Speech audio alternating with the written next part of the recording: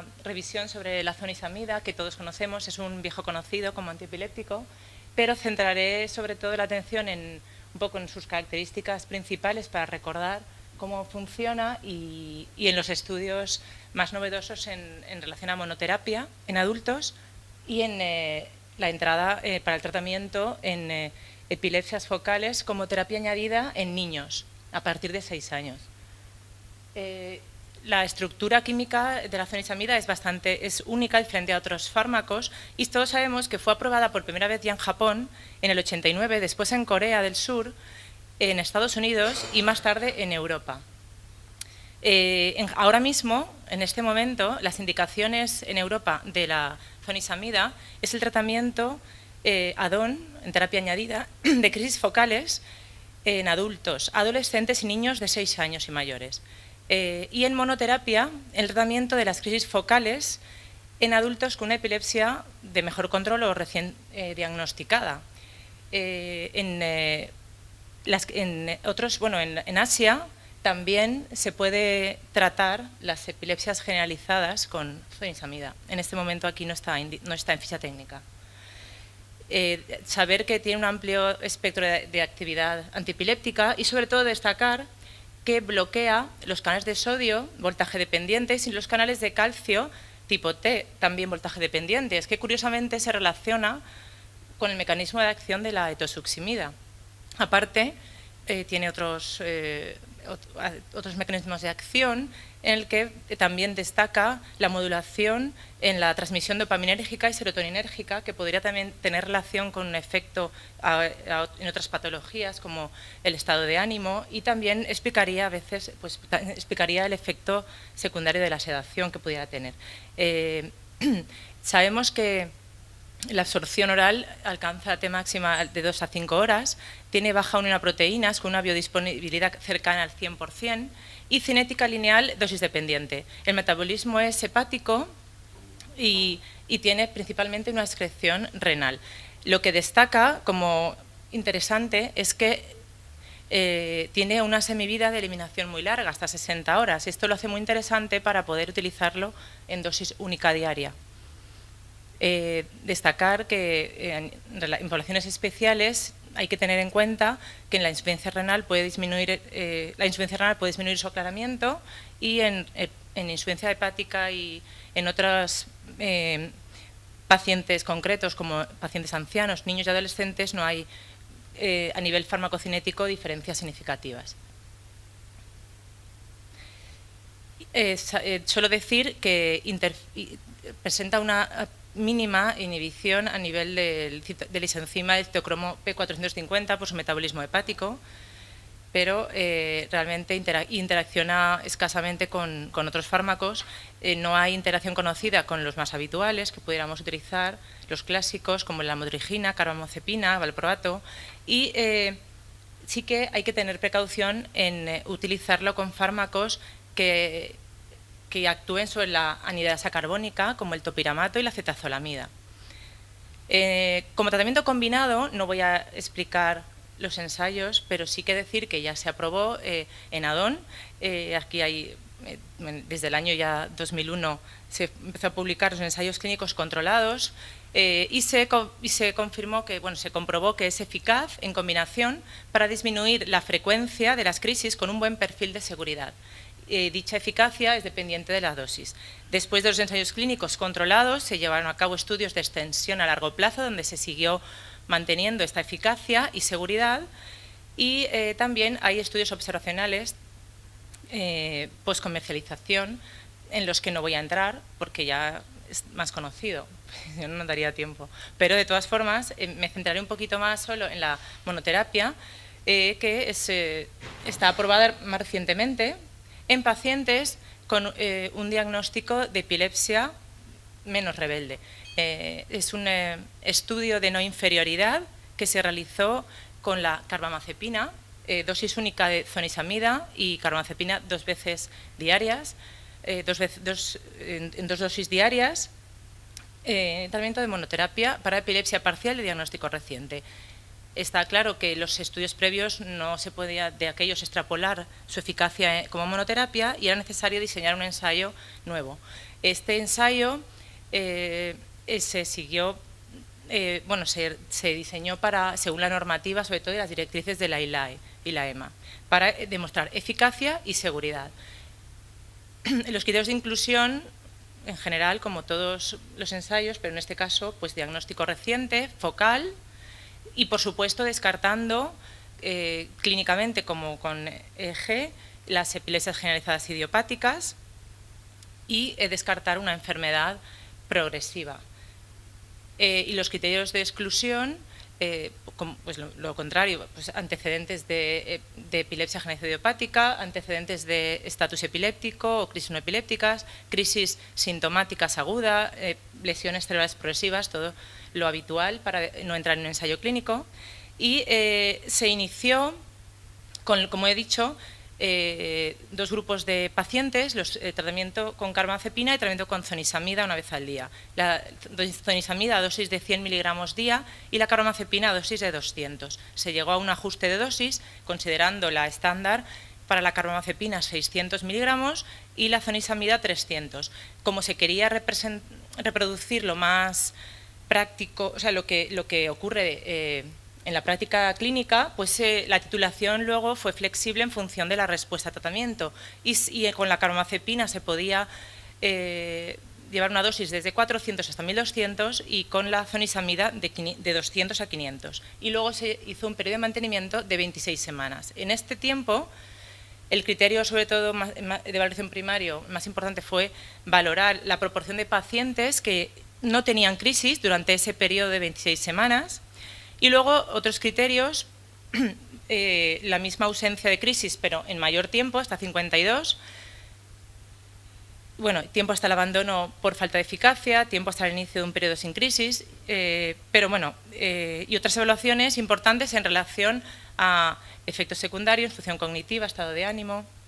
Las muestras, tanto las de carbamazepina como zonisamida, son muestras similares en los dos grupos, ambos con características demográficas similares, tipos de crisis, y en los 3 últimos meses una frecuencia de crisis similar.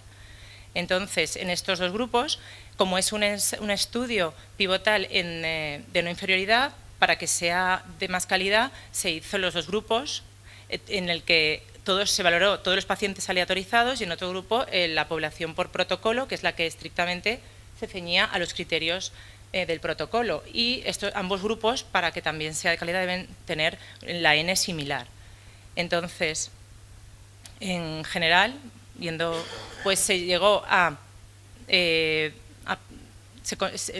criterio de evaluación primario, el resultado fue que para la zonisamida, hasta el 79,4% de pacientes no tenían crisis durante esas 26 semanas y la carbamazepina 83%. Esto, en realidad, esta diferencia se estableció como válida en los límites de no inferioridad que se establecían por la ILAE. Entonces, se consideró favorable el tratamiento con la zonisamida en relación a la no inferioridad con la carbamazepina. La dosis a la que se obtuvo la ausencia completa de crisis en esas 26 semanas, la dosis media fue para la zonisamida 300 miligramos y para la carbamazepina 600. Bueno, se demostró que tanto zonisamida como carbamazepina son muy eficaces, con altas tasas de respuesta en la epilepsia parcial de diagnóstico reciente. Se mantuvo también hasta las 52 semanas un resultado similar, ambas medicaciones se toleraban bien y, por lo tanto, la zonisamida podría convertirse en un nuevo tratamiento como monoterapia una vez al día. Sí que aparece ya la zonisamida en las guías de la ILAE como una evidencia de nivel A para utilizarla en adultos con crisis de inicio parcial, en monoterapia. En pacientes pediátricos también ha habido un estudio reciente que se ha publicado en Epilepsia en el 2013 y ya se ha aprobado. Lo que pasa que, así como en Asia, los pacientes menos de 6 años también puede utilizarse, en Europa es a partir de 6 años. El estudio es un estudio en el que se valoró eficacia y seguridad de la zonisamida como tratamiento con add-on en pacientes pediátricos de crisis de inicio focal. Y se comparaba zonisamida con placebo en estas dosis. El objetivo principal era evaluar la eficacia y también, como objetivo secundario, seguridad y el efecto específicamente de zonisamida, por ser la edad pediátrica, en cognición, crecimiento y desarrollo. Los criterios de exclusión, también que no fueran epilepsias generalizadas, crisis psicógenas, crisis en racimos que cuesta cuantificar bien, antecedentes de estatus en el último año, cualquier enfermedad que haga que el paciente no pudiera participar en el estudio. Y entonces, el grupo de zonisamida se inicia con dosis de 1 miligramo por kilo al día y se va escalando, va subiéndose la dosis, se va titulando hasta llegar a 8 miligramos kilo día. Entonces, durante un periodo de mantenimiento de 12 semanas, se compara con placebo y después se hizo un estudio siguiente de extensión en el que los pacientes que habían participado en la primera fase, en este primer estudio con placebo, se les pasaba a zonisamida y también se les titulaba hasta la dosis de 8. Los criterios de valoración en este primer estudio fueron la reducción de la frecuencia de crisis mayor del 50%, los respondedores, durante este periodo de 12 semanas. Y otras evaluaciones que se hizo fue la función cognitiva y crecimiento y desarrollo a través de una serie de métodos para poder cuantificar. Igual que en otros estudios, las características de la muestra debían ser similares en los dos grupos, por lo tanto a nivel demográfico como tipos de crisis que presentaran previamente al estudio debían ser similares y se cumplía. En ambos grupos, más del 50% de los pacientes ya llevaban ya dos fármacos. Entonces, la conclusión de este estudio, en la fase de mantenimiento de 12 semanas, es que se comprobó que el tratamiento add-on con zonisamida es más eficaz que el placebo, 50,5% frente al 31%, para tratar a los pacientes pediátricos. No había a nivel de seguridad datos nuevos o inesperados, mejor dicho, y quizá los acontecimientos adversos más frecuentes fueron la pérdida de apetito, de peso, algo de somnolencia y algunos casos de vómitos y diarrea. Como la duración del estudio fue 12 semanas, se consideró que realmente no es suficiente para poder valorar en la edad pediátrica, en este caso, el efecto sobre la cognición, crecimiento y desarrollo.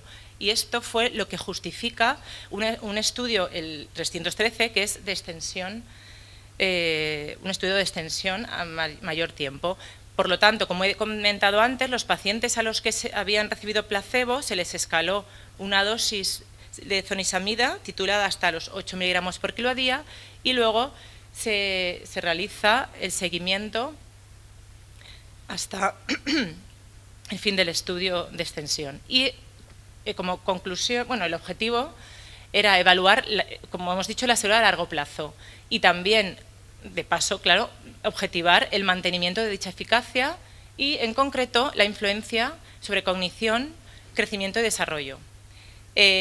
Para ello, hay diferentes datos que se recogen, tanto en seguridad, eficacia y en las otras, en cognición y en crecimiento y desarrollo.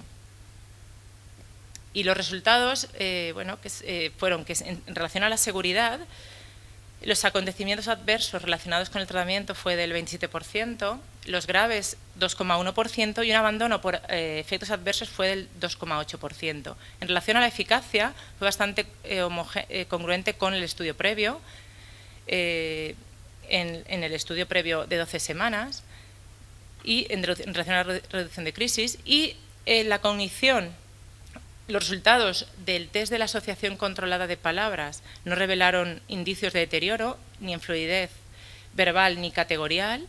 En relación al crecimiento y desarrollo, en lo que se valoró la madurez sexual y endocrina con estadios de Tanner y con radiografías de manos, el desarrollo óseo, no se vio ninguna alteración en particular y el rendimiento escolar no se vio afectado. Y comentar que también hay estudios en ancianos, pero estos son estudios que se obtienen de los ensayos clínicos y de bases de datos ya previas, en los que se compara la población anciana a partir de 65 años con la edad adulta. Entonces, se publicó con este artículo en el Acta Neurológica Escandinava, donde se realiza este análisis conjunto para comparar estos dos grupos de población.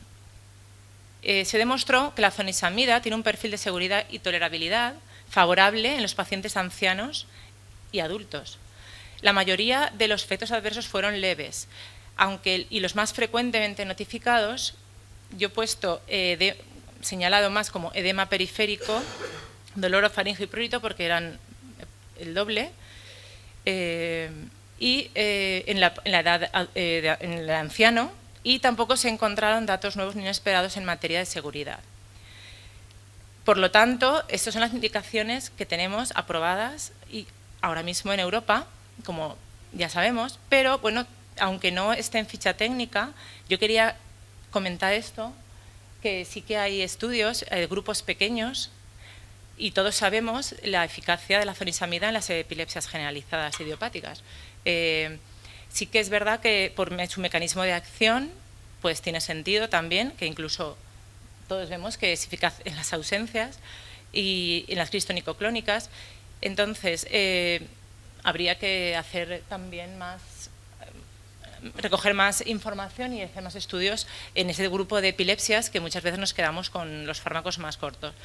Pero en concreto fue un estudio que se hizo solamente para 15 pacientes en la epilepsia mioclónica juvenil, en el que se vio que el 80% de los pacientes tratados con zonisamida tenían buen control y sobre todo en crisis tónico-clónicas generalizadas y crisis mioclónicas. En crisis de ausencia, en este estudio, mejoraban hasta el 38% y en los niños se podía ver algún acontecimiento adverso de los que ya se conocen. Y en el 7% de los pacientes fue inefectiva, que esto era similar a los estudios que tienen hechos en grupos asiáticos.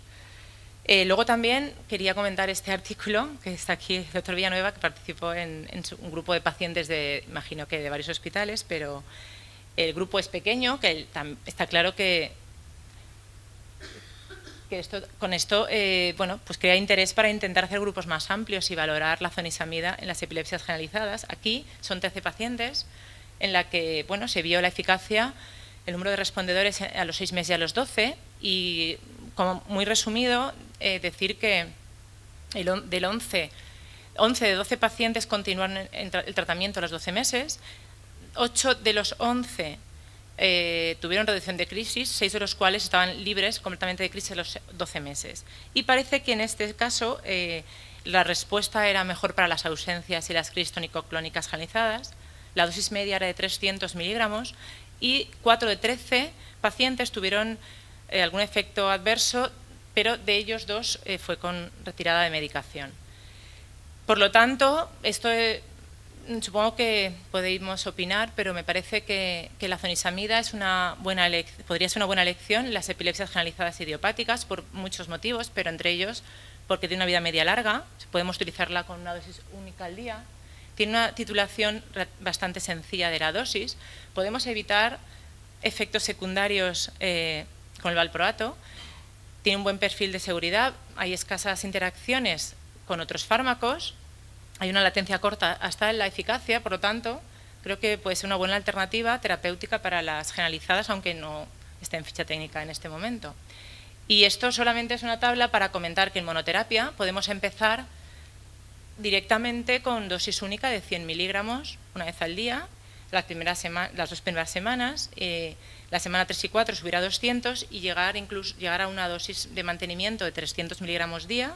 Y cuando hay un tratamiento, cuando se toma en terapia añadida, podemos empezar con dosis más bajas de 50 miligramos e ir subiendo semanalmente. Bueno, es una tabla que creo que todos más o menos conocéis y creo que ya está.